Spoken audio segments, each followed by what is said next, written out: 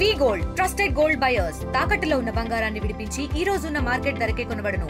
మరిన్ని వివరాలకు సంప్రదించండి 7710772020.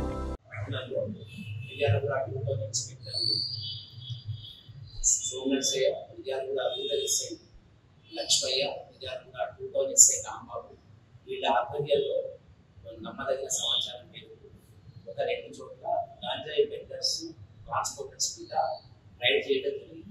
ఈ క్రమంలో విద్యార్థుల రూరల్లో ఒక కేసు, విద్యార్థుల 2000లో ఒక కేసు 2 కూడా నమోదు చేయబడ్డాయి. ఈ కేసులో విద్యార్థుల రూరల్ పోలీస్ స్టేషన్లో జరిగిన కేసులో మనకి ఈ పల్నాడు జిల్లా నుంచి ఈ గాంజాయి తీసుకొని వచ్చే వాళ్ళని ముఖ్యమైనటువంటి ట్రాన్స్పోర్టర్స్ పట్టుకోవడం జరిగింది. వాళ్ళ పేర్లన్నీ కూడా మేము నిర్ణయించాము. అదేవిధంగా ఇంకొక ట్రాన్స్పోర్టర్ విద్యార్థుల 2000 ఏరియాలో పట్టుకున్నారు. వారితో పాటు విద్యార్థుల పట్టణంలోని సీతారామరావు గారికి,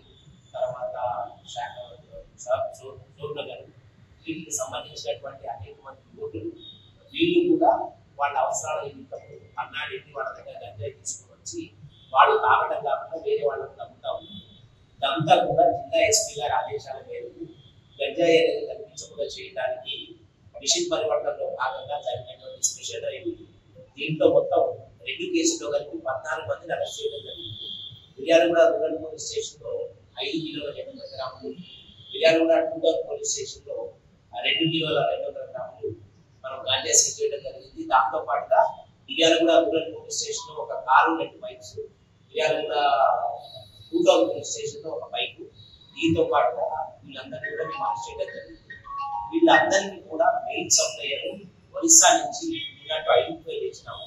జిల్లా ఎస్పీ గారి ఇన్స్ట్రక్షన్స్ ప్రకారం ఒక స్పెషల్ టీమ్ కన్స్టిట్యూట్ చేసి అతన్ని కూడా మేము తీసుకున్నాం.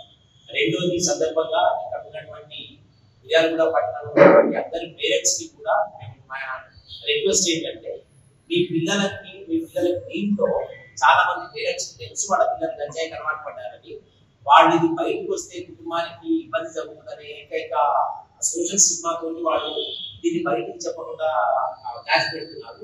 అలాంటప్పుడు ఇలాంటి నేరాల్లో వాళ్ళు ఇంకొని వాళ్ళ మీద కేసు అయితే కాబట్టి పేరెంట్స్ ఎవరికి అనుమానం ఉన్నా పిల్లలు గంజాయికి అలవాటు పడ్డారని, వాళ్ళ టైమింగ్స్ బట్టి కానీ, వాళ్ళ ఫుడ్ హ్యాబిట్స్ మారడం వల్ల కానీ, వాళ్ళు ఎక్కువగా మత్తులో ఉండటం వల్ల కానీ ఇమీడియట్ గా సంబంధిత పోలీస్ శాఖకి తెలియజేస్తే మేము యాక్షన్ తీసుకోవడానికి రెడీగా ఉన్నాం.